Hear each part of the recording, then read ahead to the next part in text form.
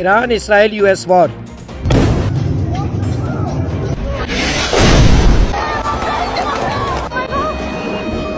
फरवरी 2026 को शुरू होने वाली जंग, ईरान सुप्रीम लीडर की मौत, ईरान का स्ट्रेट ऑफ हॉर्मुज़ को बंद करना और वो 10 आम सवाल जो कि हर किसी के जहन में घूम रहे हैं। आए वो सवाल और उसके जवाब जानते हैं।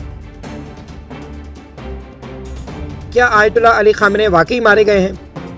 जी हाँ, ईरानियन स्टेट मीडिया ने तस्दीक की है कि 28 फरवरी 2026 को इसराइल और यूएस के ज्वाइंट स्ट्राइक में ईरान के supreme leader Ayatollah Ali Khamenei अपने कंपाउंड में शहीद हो गए।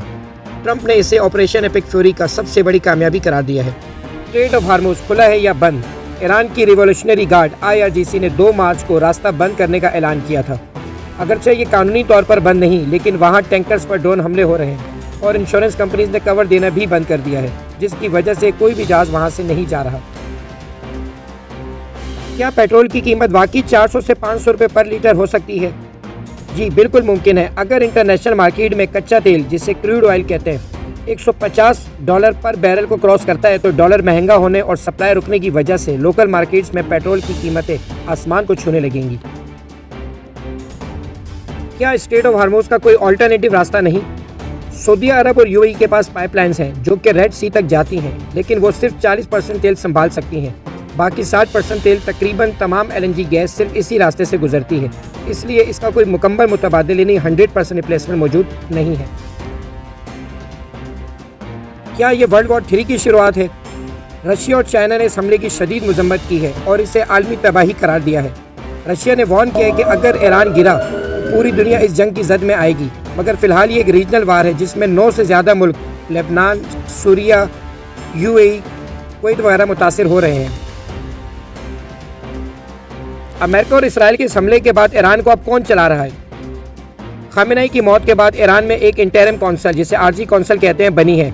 रिपोर्ट्स के मुताबिक उनके बेटे मुश्तबा खामेनी को अगला सुप्रीम लीडर बनाया जाने का इम्कान है, लेकिन IRGC जो कि ईरानियन रेवोल्यूशनरी गार्ड है, उसका कंट्रोल अभी सबसे ज़्यादा है। पाकिस्तान पर इसका फौरी असर क्या हुआ है? पाकिस्तान ने इमरजेंसी हालात का ऐलान किया है। ऑयल सप्लाई रुकने की वजह से पाकिस्तान ने सऊदी अरेबिया से रिक्वेस्ट की है कि वो रेड सी के रास्ते तेल भेजे। पेट्रोल की कीमतों में मजीद इजाफे का डर है। अमेरिका ने ईरान पर हमला क्यों किया? ट्रंप एडमिनिस्ट्रेशन का कहना है कि ईरान न्यूक्लियर हथियार बनाने के बहुत करीब था और वो अमेरिका पर हमले की प्लानिंग कर रहा था। इस ऑपरेशन का मकसद ईरान में रिजीम चेंज यानी हुकूमत बदलना बताया गया है। इस जंग की वजह से ऑयल की कीमत कहां तक जाएगी? इंटरनेशनल एक्सपर्ट्स का कहना है कि अगर स्ट्रेट ऑफ हॉर्मुज़ अगले 2 हफ्ते तक मजीद बंद रही तो कच्चा तेल यानी क्रूड ऑयल $200 पर बैरल तक जा सकता है। ये तारीख का सबसे बड़ा ऑयल शॉक होगा। क्या इसराइल पर भी हमले हो रहे हैं? जी हाँ, ईरान और लेबनान की हिजबुल्लाह ने इसराइल पर सैकड़ों मिसाइल फायर किए हैं। तेल अवीव में मिसाइल गिरने से हलाकतें हुई हैं और वहाँ लोग शेल्टर्स में पनाह लिए हुए हैं।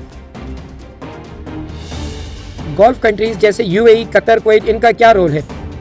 ईरान ने UAE, कतर और कुवैत में मौजूद अमेरिकन बेसिस पर मिसाइल मारे हैं। कतर ने गैस की सप्लाई रोक दी है और दोहा यानी दुबई में धमाके रिपोर्ट हुए हैं, जिससे ये मुल्क भी जंग का हिस्सा बन गए हैं। पाकिस्तान और इंडिया के पास कितने दिन का तेल ऑयल रिजर्व है? इंडिया के पास तकरीबन 9 से 12 दिन का इमरजेंसी स्टॉक स्ट्रेटेजिक रिजर्व है, जबकि पाकिस्तान के पास आमतौर पर 20 से 25 दिन का कमर्शियल स्टॉक होता है।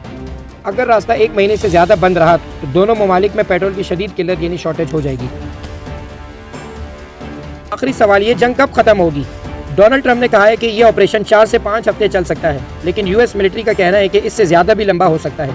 ईरान ने अभी तक सरेंडर नहीं किया और वो गुरिल्ला वॉर की तैयारी कर रहे हैं। दोस्तों, आपको क्या लगता है, क्या ये ईरान इसराइल US वॉर जारी रहेगी और ये स्ट्रेट ऑफ हॉर्मुज़ आगे बंद रहेगी? अपनी राय कमेंट बॉक्स में दें।